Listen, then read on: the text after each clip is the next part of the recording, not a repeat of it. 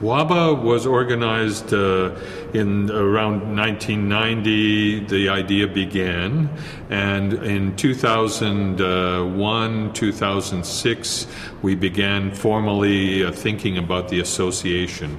In 2013, we had a gathering, symposium, and exhibition in Denmark, and now we're having this exhibition here in Korea.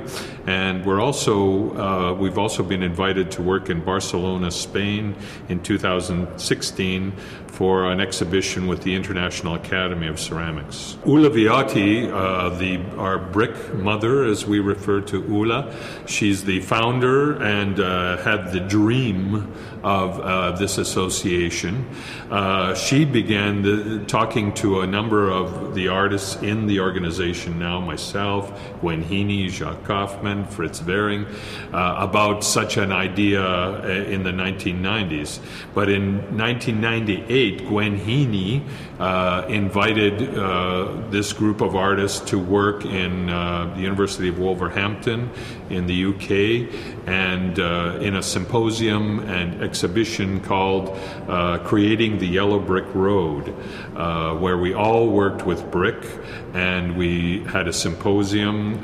We had many lecturers, famous architects, and individuals that know the material very well. So from this time, we all decided, these 5 people, that we should in fact organize a group, a world association, and now we have a website, and we are communicating with people about the bricks, and our long-term goal is that we'll create many things around the world together.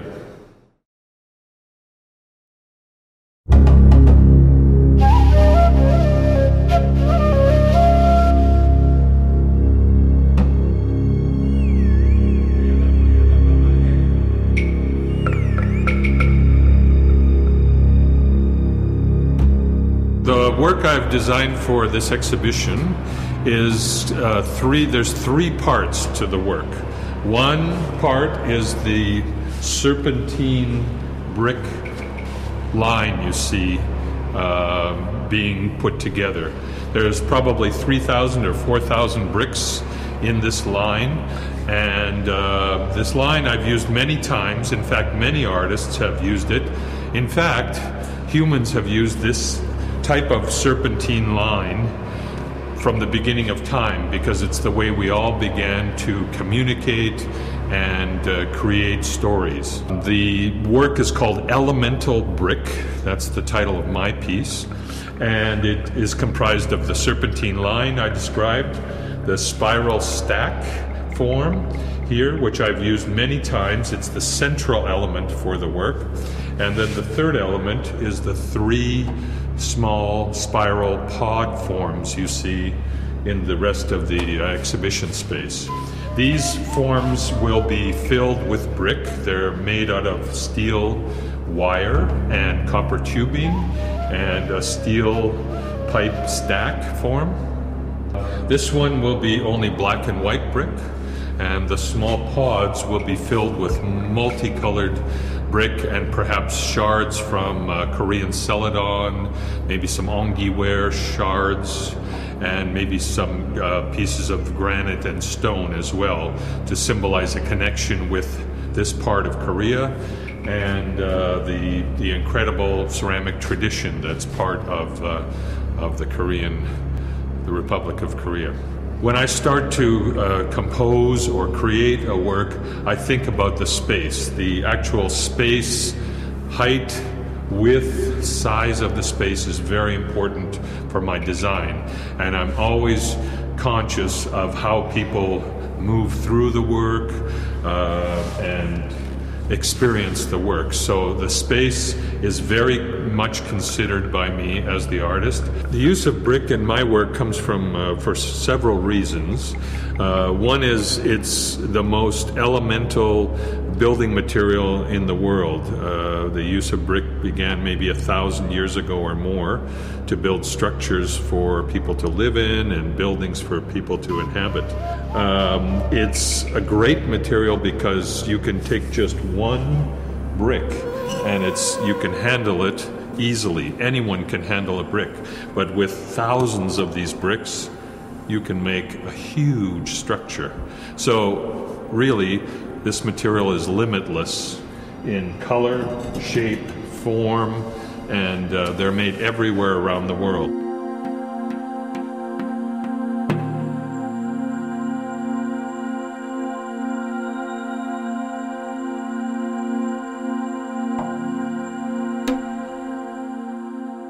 When I came to Korea, or when I was asked to come to Korea, I knew that I didn't want to come with a preconceived idea. I wanted to immerse myself once I got here in the landscape and the culture. When I arrived here, the one thing that really excited me was the juxtaposition of the mountains against the high-rise white shining blocks. It seemed like the dark mountains holding sort of secrets were being overtaken by these huge white buildings which were reflecting the sun. One of the things that I'm really interested in is shadow and light.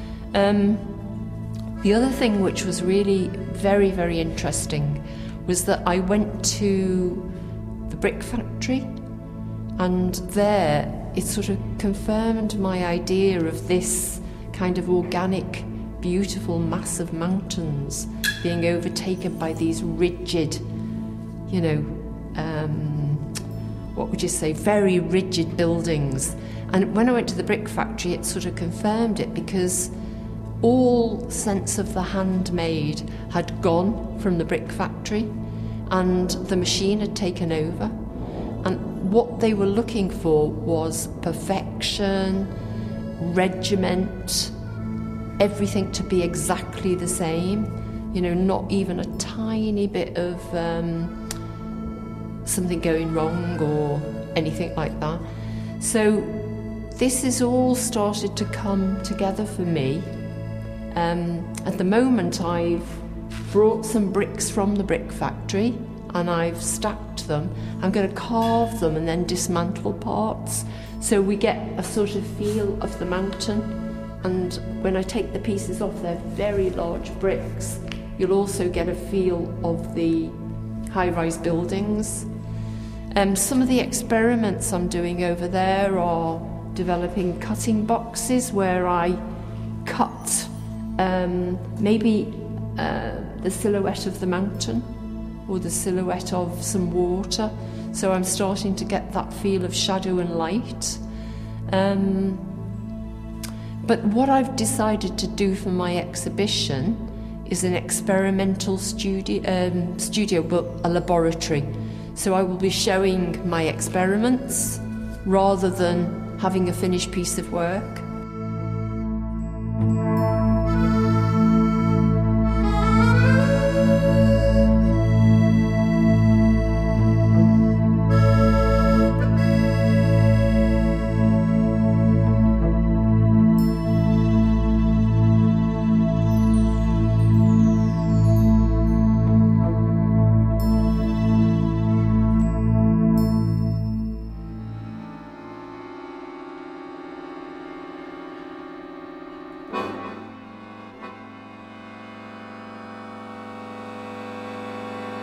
This piece is part of my main work, which is a labyrinth, and it will be centered in the middle of the walkway of the labyrinth.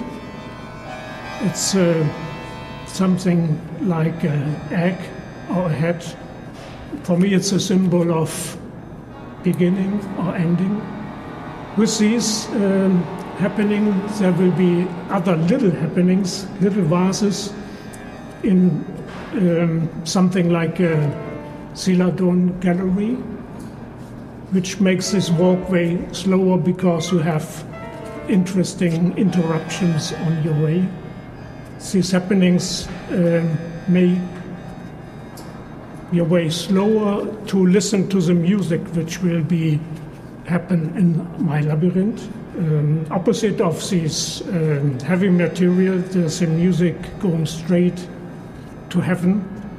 and that makes maybe a balance between life and death as the symbol with this labyrinth. So I asked the composer to fill this house with music, and I had wonderful helpers here, so to make this work also a part of my helpers, I asked them to make little pots like these, which will be placed on secret places in the labyrinth, in the idea of you have to look at something, makes your walkway slower, and maybe you are carefully listen to the music on this slower walkway. It's something of meditation, which is also a very important part for a labyrinth. I'm right in the middle of my labyrinth. The system of a labyrinth is to have a long, long way to the center. And I always wanted to build a labyrinth from bricks, and I got this chance here in Gimhe to do it. You know, the first labyrinth is mentioned in the Greek mythology, built by Daedalus for the Minotaurus. But on the other hand, the labyrinth is also a symbol of life, because bricks are a heavy earthen material, which are grounded. I thought to have something which makes a balance between earth and heaven. So on the way you are walking, you listen to a kind of emotional music, which seems very close to all situation of human life. This sculpture, it's something in between of an egg, or when I do happening on it, it will be an abstract head, and this will be placed right in the middle of in the center of the labyrinth as a final happening in this building.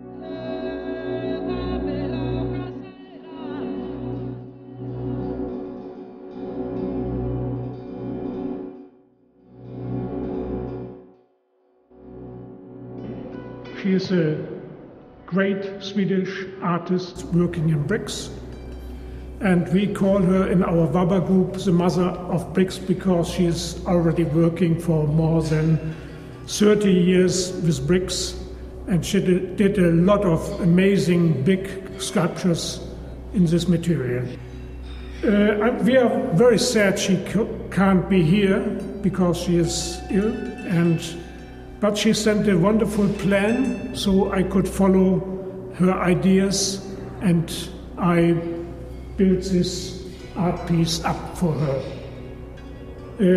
As you see, it's something like the idea is something like a formal garden in bricks, and mainly from the central line you have this feeling of symmetry. Her original idea was to have these flower beds, the lower pieces, the boxes or beds with the bamboo, and this triangle which makes the center of the garden. The lying triangles should be the shadow of the standing triangles. And the whole composition will be surrounded by stones we placed as a big oval form to fit everything together. Colors of the composition, it's not totally finished. There is bamboo going in these triangle forms, and these white bricks, white nurturing stones will surround everything here. But this is something like a walkway through the garden, which makes the symmetry and the contrast between black and white color.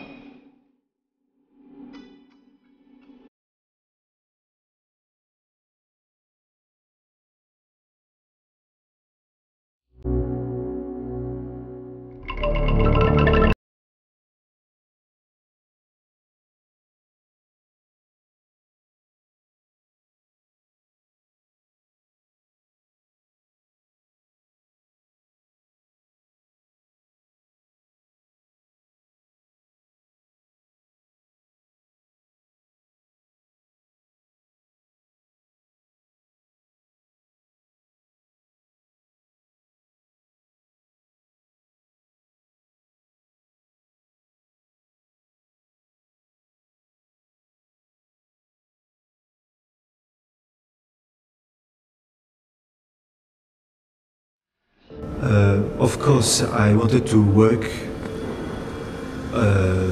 with several of the traditional and cultural heritage in ceramic from Korea. And one of them is buncheong. And buncheong for me is something which is very free, a free way for decoration. This is one of the definitions of buncheong. So I tried to find different ways, and I made 3 works based on this technique of buncheong. Well, when I come last autumn in Gimhae, it was full of fruits, full of melons, and I found that the melon in Korea has a very beautiful skin, full of patterns, that I decided to print into clay, make silicone molds, and then print again into clay in order to have all these styles that will cover this shape. There is different kind of firings. The goal was to have a very alive surface.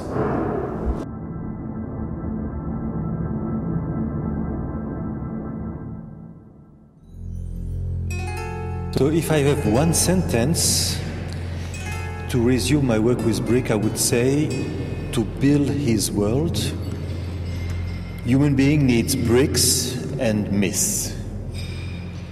And if I have a second sentence to offer, I would say that with one brick, you can rebuild the world. I'm so happy to be working at the Clay Arch Gimhae Museum because it's, in fact, the only museum in the world that's dedicated to architectural ceramics, especially because I'm working with 3 of my waba, World Association of Brick Artists, comrades. And we've worked together a number of times. We think brick, we love brick. Brick is our life.